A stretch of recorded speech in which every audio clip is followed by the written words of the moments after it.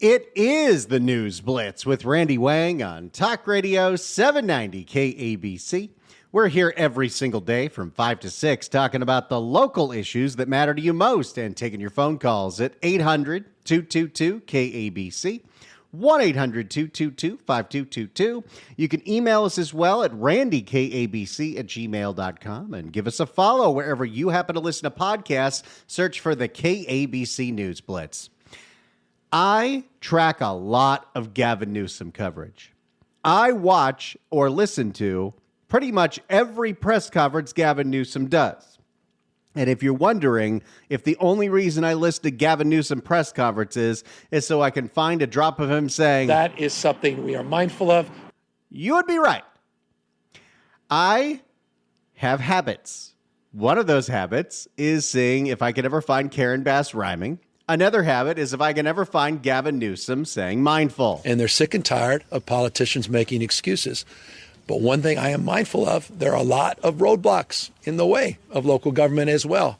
But then I also get very interested in the question and answer portion outside of Gavin's tics, which there are many, including the fact that he is incapable of wrapping up and will constantly tell you last words, final words, I'm wrapping up, closing on this, over and over and over again. The leaning in, the mindfulness, the $10 words, we all know that. When you get Gavin unscripted, when he starts answering questions, that's where the real news happens. See, Gavin Newsom is doing this tour up and down the state, specifically in red counties. He was in Fresno. He was in Bakersfield. He was down at the border. This one was at Colusa County talking about water. And he's trying to show that he is a governor for all Californians, whether you voted for him or not, whether you voted for Grampy Joe or Donald Trump. Gavin Newsom is your guy. Gavin Newsom cares about you. But there's a little disconnect whenever Gavin Newsom gets asked about an issue that makes him very angry. And that happens to be the overwhelming support for Proposition 36. Proposition 36 with passed 70-30, which means not only did an overwhelming majority of Republicans in the state of California vote yes for it, an overwhelming majority of independents and Democrats voted yes for Prop 36.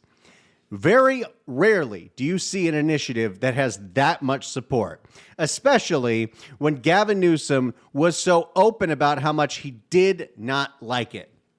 He didn't spend that much time campaigning for it because he was busy, but every time he was asked about it at a press conference, he would go on a diatribe. He would go after some of the mayors that supported it, like San Francisco Mayor, now former San Francisco Mayor London Breed. I really like her.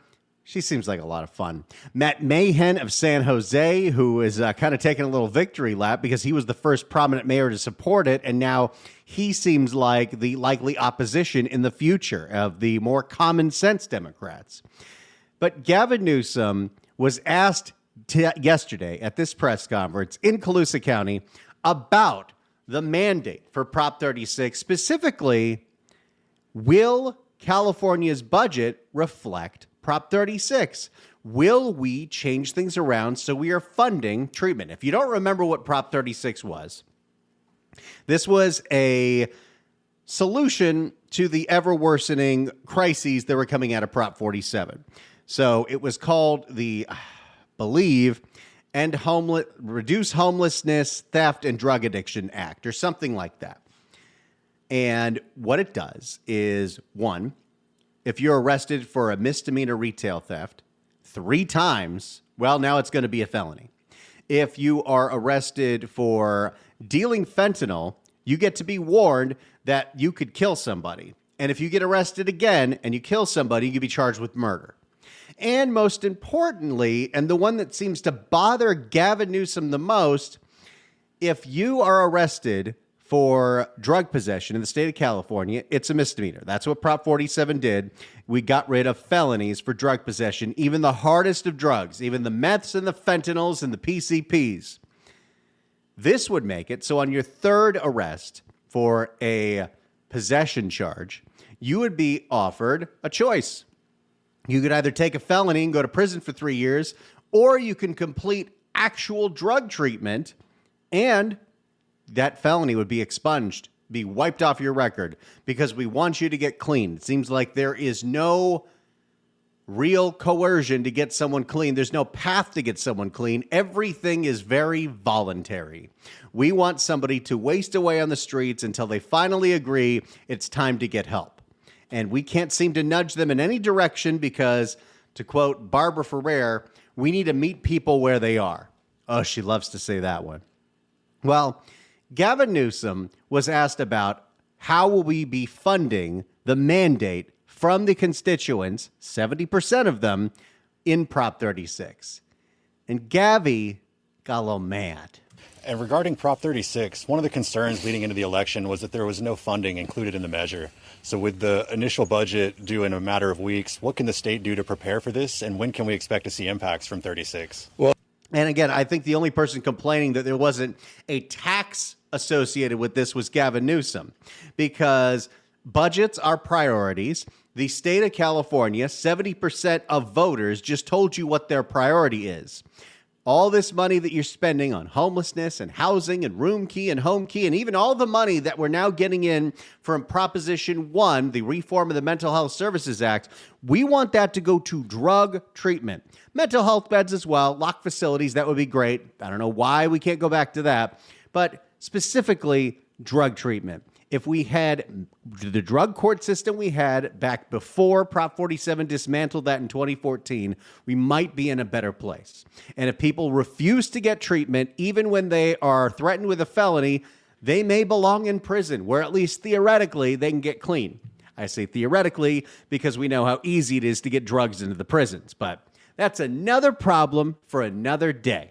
Well, good question. I mean, there was never any dollars attached to it. I mean, that was the point that I was making, but it was a point that public seems to have a different point of view. The public wants you to fund it. What this says is the public wants you funding drug treatment. If you complain that places like Colusa County don't have any drug treatment, then the state needs to help stand that up. To have a different point of view. They didn't even include organized retail theft, which was its fundamental issue. Of course, our bills did include organized retail theft. So it's a drug policy reform fundamentally that could allow for 3-year prison sentences. Yes, if they refuse to complete treatment. Also, Gavin seems to just downplay the fact that this is drug policy reform. That is part of why it got 70% support. People see what's going on in the streets of places like Los Angeles, like Santa Ana, like Oakland, like San Francisco. And when they see the open air drug markets, they see people suffering and deteriorating on the streets, and we have no way to help them for some reason. That's a problem.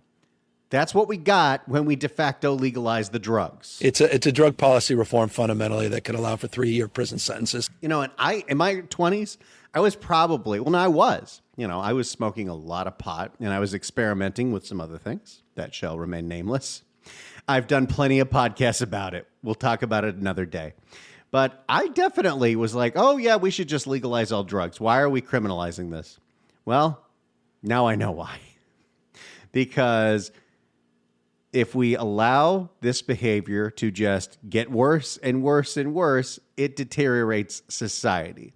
That is you can directly tie the explosion to encampment homelessness to the fact that we stopped criminalizing the drug problem, and we let people's addictions continue and continue and continue. It's a drug policy reform fundamentally that could allow for 3-year prison sentences for nonviolent possession of drugs for people that don't complete residential drug treatment programs, of which there are 15 counties that don't have one.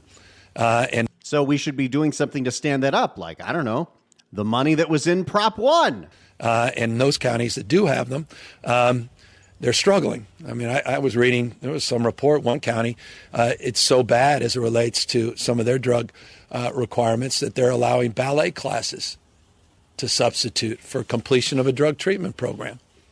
That's a little weird, but that's something you, the governor, should be working to fix. And if the counties don't have any money for it, then maybe we got to reprioritize some of the money that we're spending. They're allowing presence at a church to be to validate a drug. I mean, that's how bad it is. So I think that That was unfortunate that didn't include any consideration for the how, the implementation. You're the how. The electeds are the how. This was the mandate from the voters. This is what we want. This is what you need to do. It's time to get it in order. I get the what and the why. We get the what and the why. That's why we did 11 retail theft bills. But the how was missing. And it's a stark contrast to the care court and to Proposition 1 that laid out a strategy and foundation, created a stakeholder and process, and created identifiable dollars to actually achieve the goals that were stated in those efforts. Yes, of course. Prop 1, reforming the Mental Health Services Act so we could use the money that's supposed to go for mental health facilities and put it in housing. Thank you, Governor. Thank you.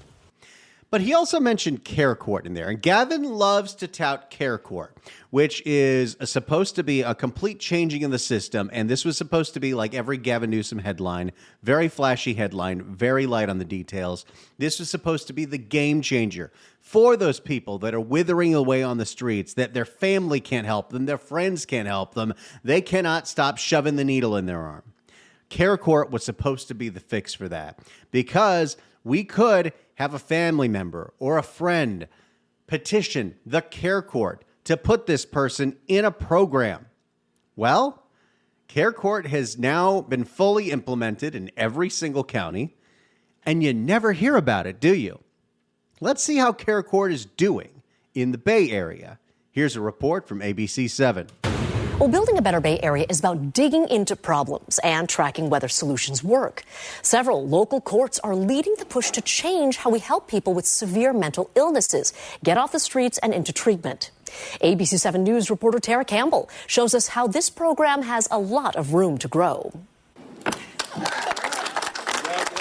That's Governor Gavin Newsom 2 years ago signing Care Court into law. It's aimed at getting people suffering from severe mental illness off the streets and into treatment. Yeah, we've had it for 2 years now. It was a pilot for the first year in a lot of places, including the Bay Area, including Orange County. LA County says we don't have enough money to set this thing up to begin with, but Gavin doesn't complain about that lack of funding with Care Court. Allowing everyone from loved ones to first responders to file a petition to get them into the program. The idea being to create structure around treatment and hold counties accountable to provide services for those who often run into obstacles getting help. We want the person to come to court because we think that's where the court's going to be able to use whatever influence it has to encourage the person to participate. Well, yeah, if you have a court-mandated program, I would assume there's consequences if you don't follow that program, right? That would be how this works. And we get somebody into the treatment that they need because these people cannot take care of themselves or make decisions for themselves. That's Alameda County Superior Court Judge Sandy Bean. She's overseeing the county's Care Court. The state this past week announcing preliminary data showing about 1,400 people have been connected to the court. That's it? In 2 years? It's 180,000 homeless people. Good portion of them have severe mental illness and severe drug addiction. And 1,400 people have used Care Court? Oh, Gavin. That's far below the number of people the state thinks it could actually help. Up to 12,000 a year. I think we have to look at the... So it's doing about 10% of its potential right now.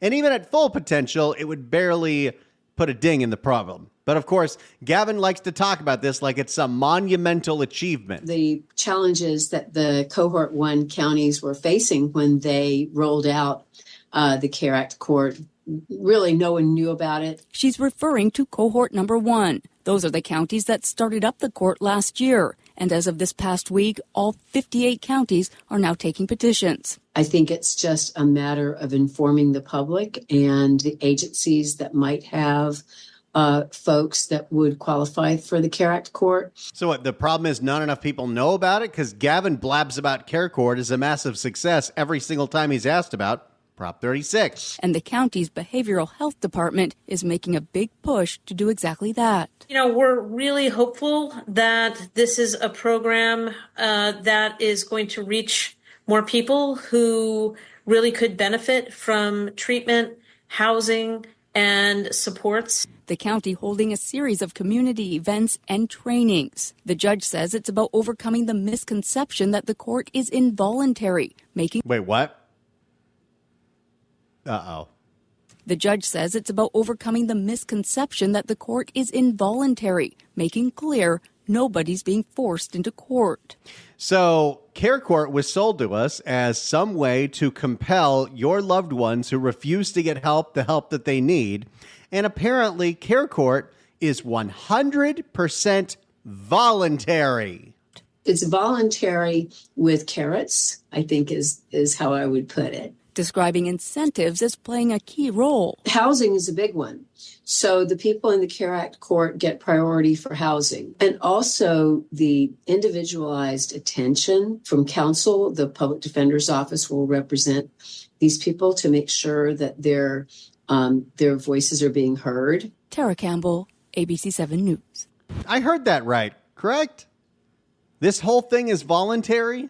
So the person that is withering away on the streets, whether they have a crippling mental illness or a crippling drug addiction or a crippling mental illness caused by a drug addiction, a lot of that psychosis out of there was caused by the meth.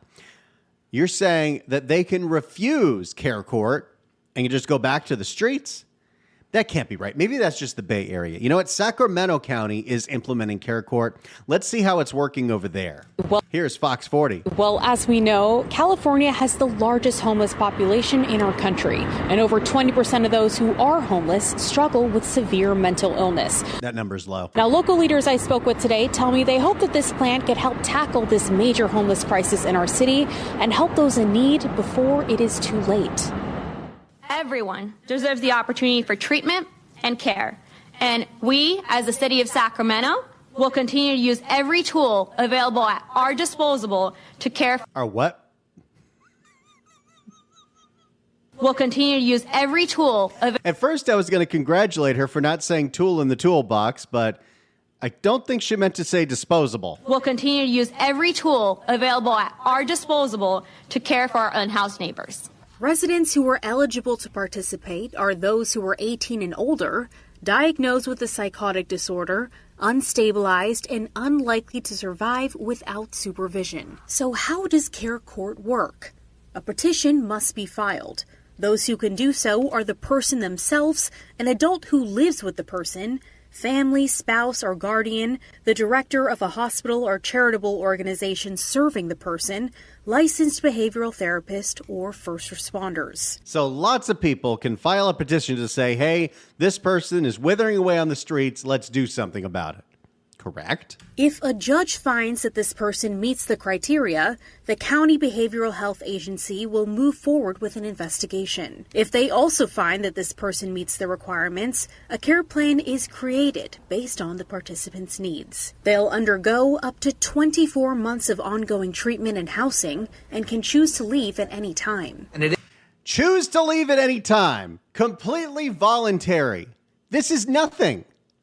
Gavin stands up Care Court like it's a huge deal, and it's nothing. My question to you at 800-222-KABC is this. 1-800-222-5222. When it comes to Care Court, when it comes to treatment-mandated felonies, do you think voluntary programs will work, or what we need is involuntary programs where people need to be in locked facilities? 800-222-KABC, 1-800-222-5222. Do you think voluntary Care Court programs are going to work? 800-222-5222.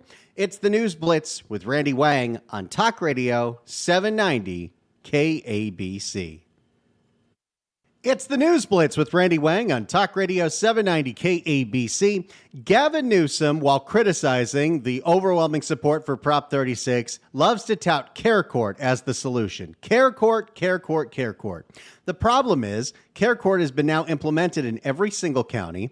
And while Gavin says this is the way for the state to deal with your severely mentally ill or severely drug addicted family member, it turns out everything in Care Court is completely voluntary and participants can leave the program at any time. Do you think that'll work? Or do you think we need involuntary locked facilities for people that are dealing with severe mental illness and severe drug addiction? 800-222-KABC, 1-800-222-5222. If you're on hold, stay on hold. We're coming to you next. It's the News Blitz with Randy Wang on Talk Radio 790 KABC.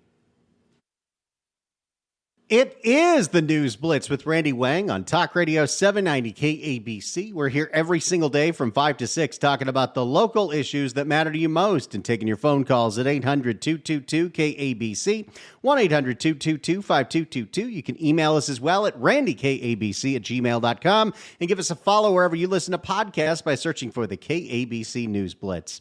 We got a ton of people on hold. If you're on hold, stay on hold. We're going to get to you. Gavin Newsom is touting Care Court as the silver bullet to solving the mental health crisis and the drug crisis that is plaguing the streets of California. Not Prop 36. The problem with Care Court, and it has been fully implemented now in every single county and has only served about 1,400 people, is it's completely voluntary. You can leave the program whenever you want. Do you think that will work? 800-222-KABC. Let's go to Danny in Hermosa. Danny, hello. Yeah, how you doing, Randy? Thanks for having me on. Nobody's going to voluntarily do anything. I think it's amazing how the left wants to tell us what we're going to eat, what car we're going to drive. Do you honestly believe that someone's going to walk in there and say, hey, I'm ready to go? It's not going to happen. They have to be forced to go in there. And this has got to stop.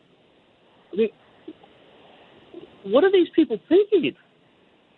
Well, and it's interesting, right? Because, typically if someone is in the throes of addiction, they need to hit rock bottom before they realize I've got to make a change. And we keep enabling a way to make bottom never happen because we can make you comfortable living on the streets and still, facilitating your addiction. We're literally giving people meth pipes on Skid Row. Well, my situation was different, Randy. I walked into my house and my wife said, you're no longer welcome here. And my daughter said to me, Papa, you're never going to be in my life if you drink alcohol again. And it was 1,000, 2, 1,000, and I stopped drinking. And wow. You know what? You have to be forced to go, Randy. No one's going in there voluntarily. End of story, period.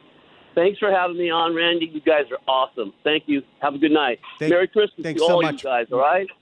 Merry Christmas, Bye-bye. Danny. Thank you so much for calling, and congratulations for getting clean. And props to your wife and your kid for making that stance.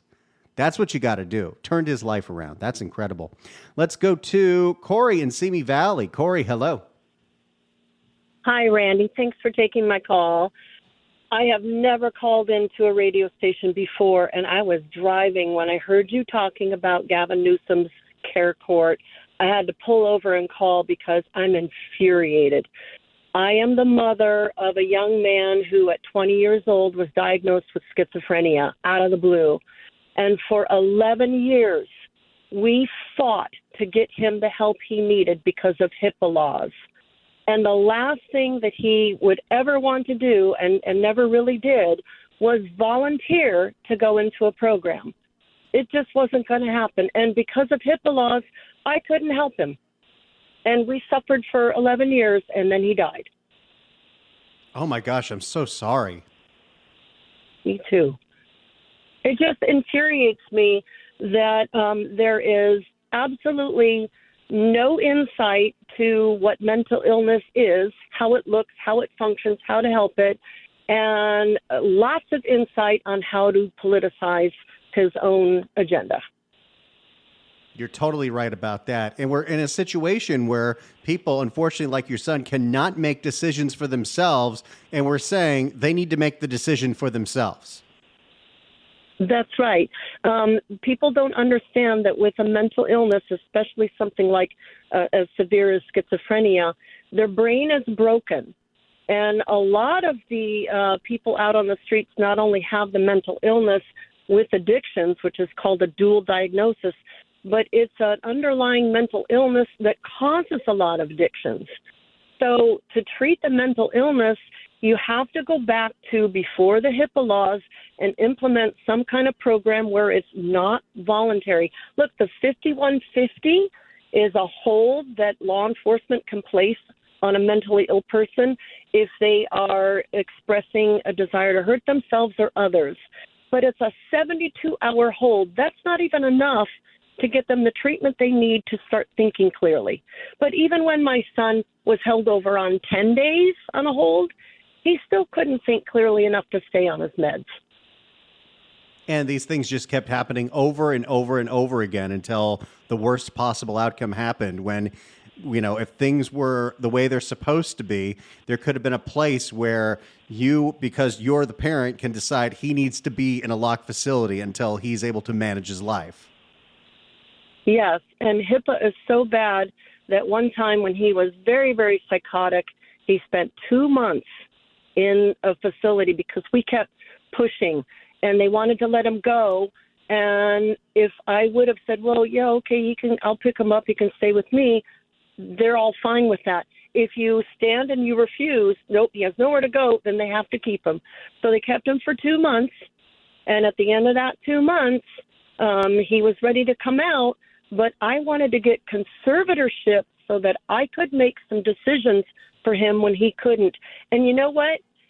He went to court before the judge. I was there, and they denied me conservatorship because he was presenting well. How about that? Unbelievable. I'm so sorry you went through all that, and I certainly hope that we get smarter people in there that start to put some common sense in these laws so tragedies like what happened to your family never happen again. Corey, thank you so much for sharing your story with us. It's really important that people hear that. Okay. Yeah, and thank you for presenting this subject. I appreciate it. Too late for my son, but not too late for someone else's. Exactly. Thanks so much for the call, Corey. Appreciate it. Have a lovely day. 800-222-KABC is the phone number, 1-800-222-5222. If you're on hold, stay on hold. We're going to get to you. It's the News Blitz with Randy Wang on Talk Radio 790 KABC. It's the News Blitz with Randy Wang on KABC. Let's get back to the phones. Go to Dale in Culver City. Dale, hello. Hey, Randy, thanks for taking my call. I have direct experience with this. In 1992, I got my umpteenth drunk driving, only it was in a sailboat.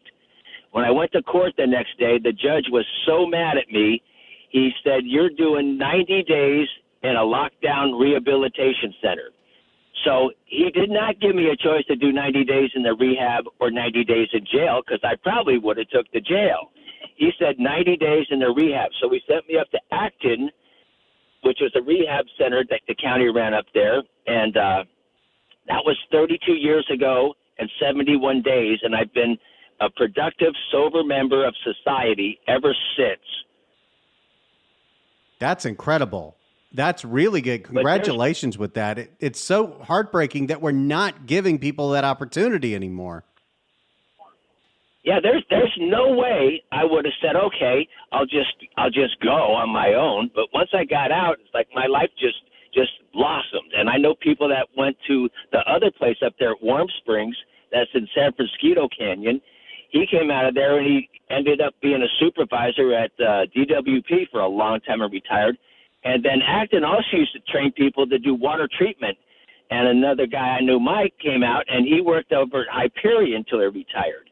So there were some good programs up there that the county ran, and they just closed them. It's wild. It's like we don't need to reinvent the wheel here. We know how to do things that work. We just need to do them again. Well, that's really inspiring, Dale. Thanks so much for telling us your story, buddy. Yeah, I've got to help a lot of people along the way, too. So it's a give situation everywhere.